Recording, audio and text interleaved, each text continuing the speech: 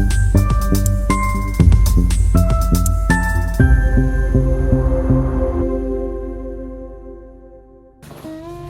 halo, apa kabar semuanya? Bertemu kembali dengan saya BP atau Bu Eri ya, dari PT Sanjaya Tantri Bahtera.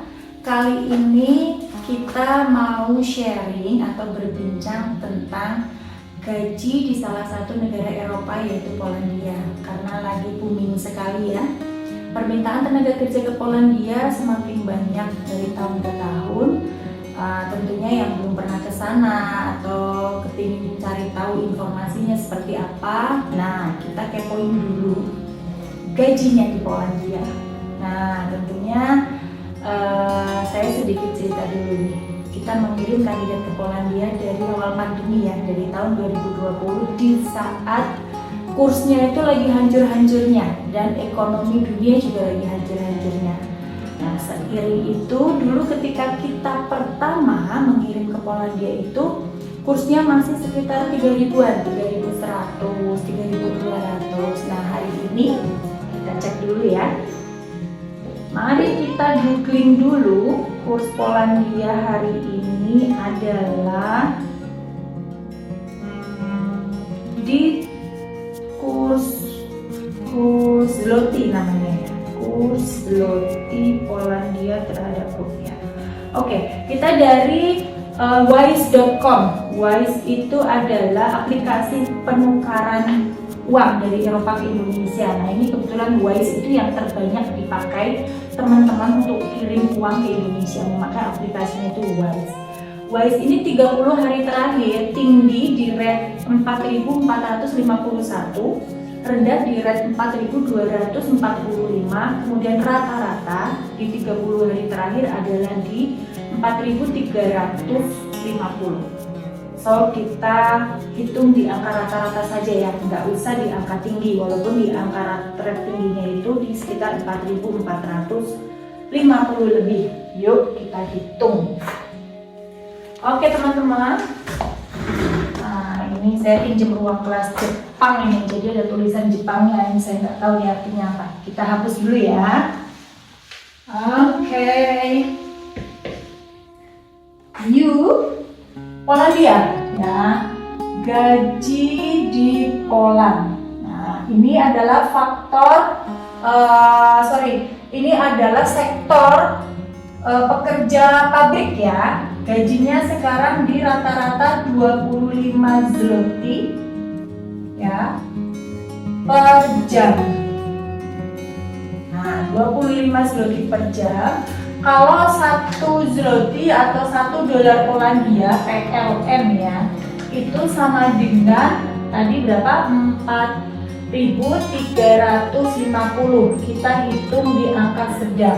Sedangkan gajinya adalah 25 kalikan 25, maka nah ketahuan nih matematikanya waktu SD suka bolos, jadi perlu kalkulator. Oke, 4.350 dikali 25 adalah 108. 1.750. 750-nya saya nolkan saja ya, jadi sekitar 108 rupiah per 1 jam. Nah, kalau basic salary itu 8 jam of course, tapi sekarang sejak perang Ukraine, tenaga kerja pemasok dari Ukraina itu sebelumnya adalah sekitar 90% tenaga kerja yang ada di Polandia itu direkrut dari Ukraina. Sejak perang Ukraina dan Rusia itu melorot sekali jumlah tenaga kerja dari Ukraina, bahkan malah justru ngambil banyak dari Indonesia. Nah, yang dulunya pabrik itu ketakutan ngasih lemburan ke orang Indonesia karena kandidat dari Indonesia itu rata-rata badannya kecil, pendek dibanding dengan orang-orang dari Ukraina, Eropa, Kazakhstan, dan lain sebagainya, negara-negara pemasok tenaga kerja ke Poland. Itu Indonesia paling mungil badannya. Jadi kadang-kadang kalau dikasih lembur kebanyakan itu pihak pabrik takut sakit. Nah, namun akhir-akhir ini sejak invasi Rusia ke Ukraina, tenaga kerja dari sana turun jumlahnya, kemudian jam kerjanya otomatis padat. Banyak sekali lemburnya.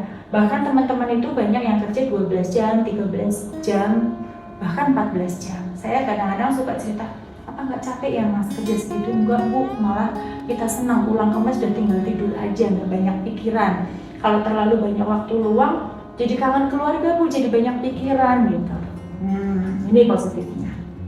Oke, kita ambil di rata-rata 10 jam kerja ya teman-teman ya. Oke, kalau satu hari di 108.000 rupiah dikalikan 10 jam kerja maka menjadi 1.080.000 rupiah satu hari. Ya, kalau kita buat adalah 1 minggu sekitar, dibuat minim aja, ada pabrik yang Senin sampai Jumat, ada yang Senin sampai Sabtu. Nah, kita bikin Senin sampai Jumat saja berarti 5 hari kerja, berarti 1 bulan sekitar 20 sampai 22 hari kerja. Nah, 1.080.000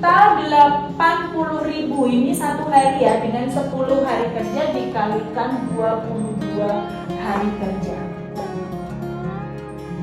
Yuk, buka lagi dong kalkulatornya. Ya, dikali 10 dikali 22 maka menjadi 23.925.000. Ini jika Anda kerja hanya 22 hari kerja dengan 10 jam kerja setiap harinya. Kenyataannya teman-teman di sana banyak yang pagi sampai dengan hari Sabtu, artinya lebih dari 22 hari kerja. Pertanyaannya adalah, Ibu, living cost-nya berapa di sana? Oke. Saya tuh diceritain sama teman-teman, ayam 1 ekor itu kurang lebih 12 sampai 15 zloty. 1 ekor. Ya, per ekor. Kan jualnya kalau di supermarket seekoran itu. 1 ekor itu di Indonesia itu kurang lebih 1,5 sampai 2 kilo.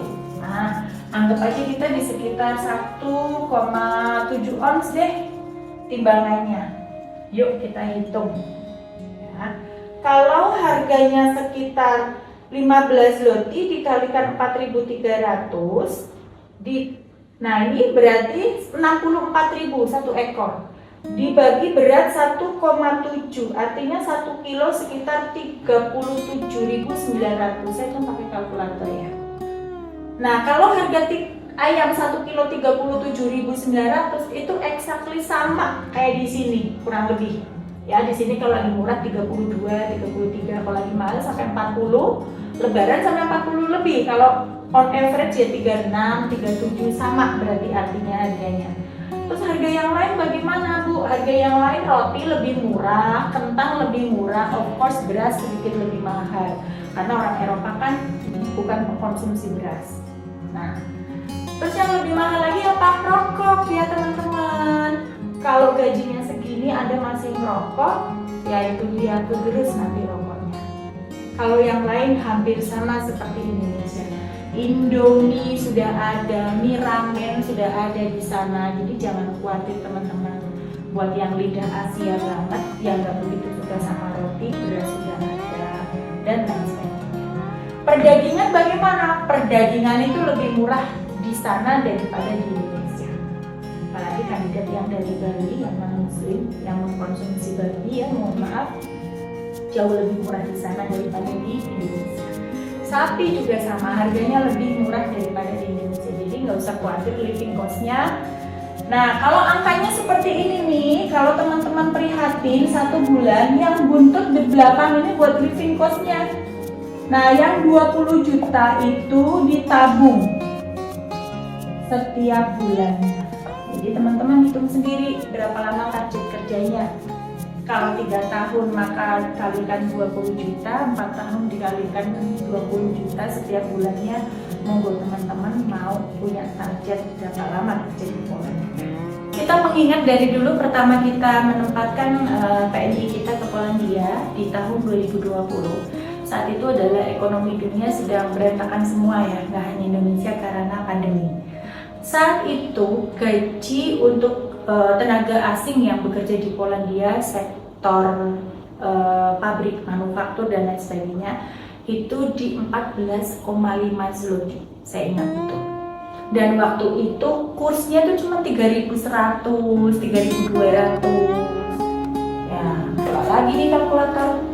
Jadi kenaikannya kalau sekarang sudah 5 tahun ya di 2025, kalau dulu kursnya 3.100 kali 14,5 zloty. Satu hari 45.000. 1 jam, 45.000. Sekarang tadi kita hitung bersama 1 jam itu sekitar 108.000. Jadi 2 kali lipat lebih tinggi dari 200% selama 5 tahun ini. Jadi kalau diambil rata-rata setiap tahun, berarti hampir 20% kenaikan gaji. Nah, user kami ini pernah ngobrol dengan kami, kenaikan gaji di sana itu ditentukan di setiap bulan Juli.